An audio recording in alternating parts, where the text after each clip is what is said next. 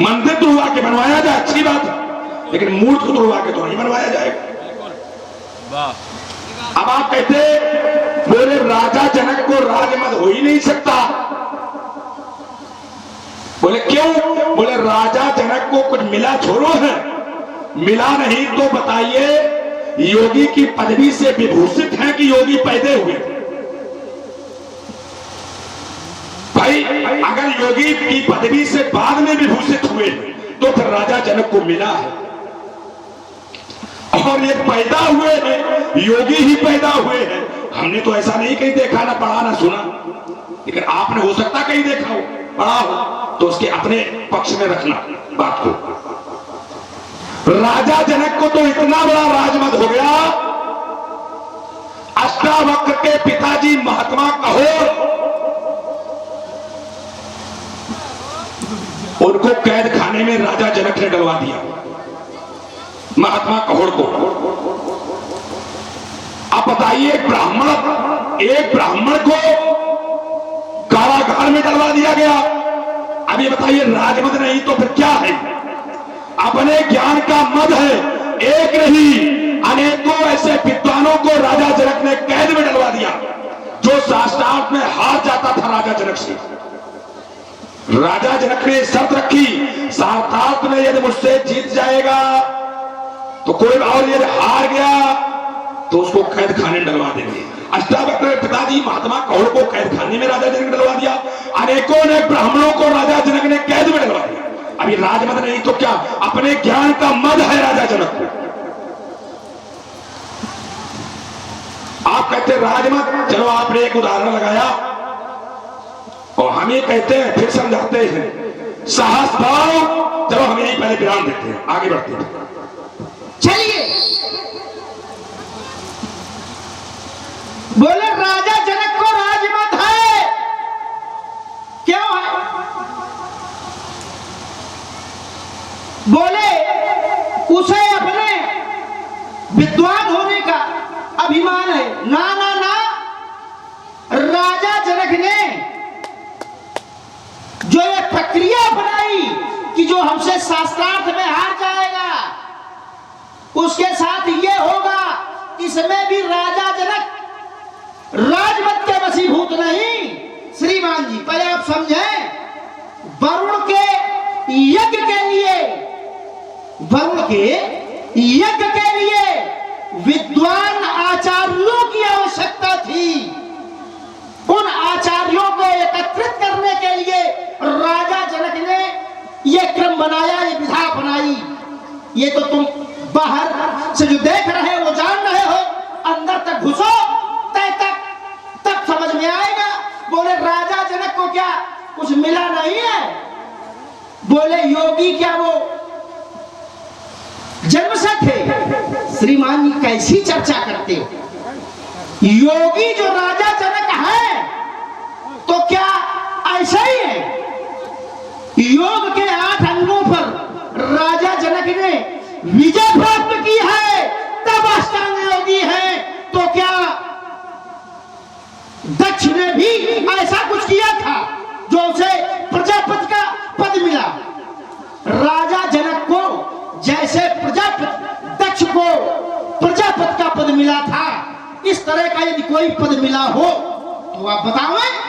क्योंकि योगी का जो पद उनके पास है वो तो उन्होंने ये किया है, योग के जो 8 अंग हैं उन पर विजय प्राप्त की है, तब अष्टांग योगी बने हैं।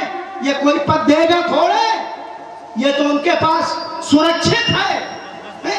बोले मूर्ति का विसर्जन नहीं होना चाहिए, मूर्ति का जीर्णोद्धार नहीं होना चाहिए। मंदिर का हो श्रीमान जी तो मूर्ति का पूजन नहीं हो रहा है, तक नहीं। आप देखो तो ये जहां स्थापित है उस स्थान को देखो, ये कहां है?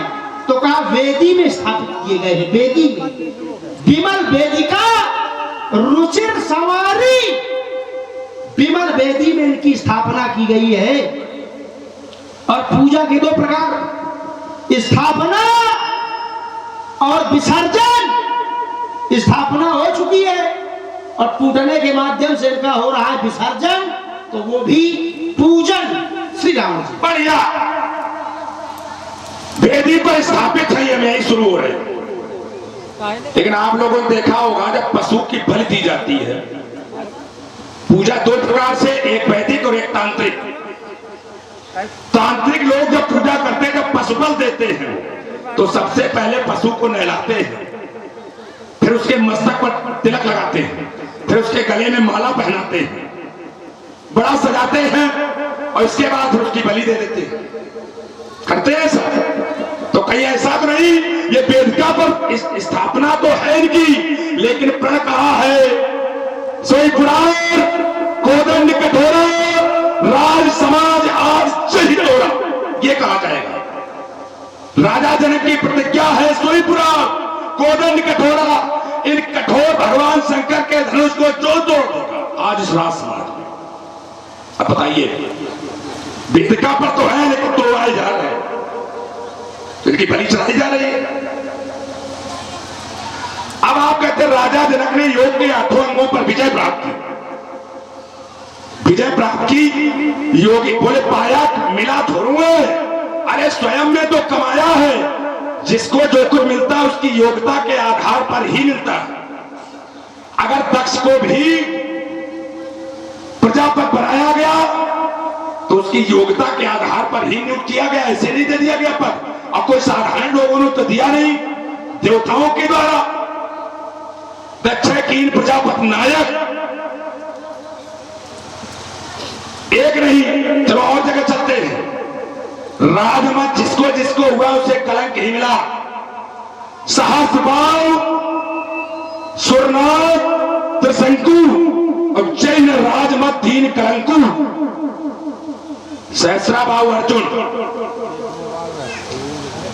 जहां गुरुओं की पूजा होती थी, गुरुकुल में गुरुकुल की रक्षा राजा के हाथों में होती, उस गुरुकुल में जाकर एक गाय के लिए गाय का हरण कर लिया जबरन कि हमारे योग्य है, उसे ले जाएंगे। यहां तक उस ब्राह्मण का पद भी कर दिया राजमत में रखकर कि हम राजा हैं, ये गाय हमारे योग्य, तुम्हारे योग्य नहीं है, तुम ऋषि हो, इसे हम ले जाएंगे। जब मना किया गया तो जबरन ले गया और इसी का पद भी कर दिया, मार भी दिया राजमत। दूसरा सुरनाथ, देवताओं को राजा इंद्र इतना अंधा हो गया राजमत में कि उसने एक ऋषि पत्नी के साथ छल कर डाला, ये भी उसका राजमत।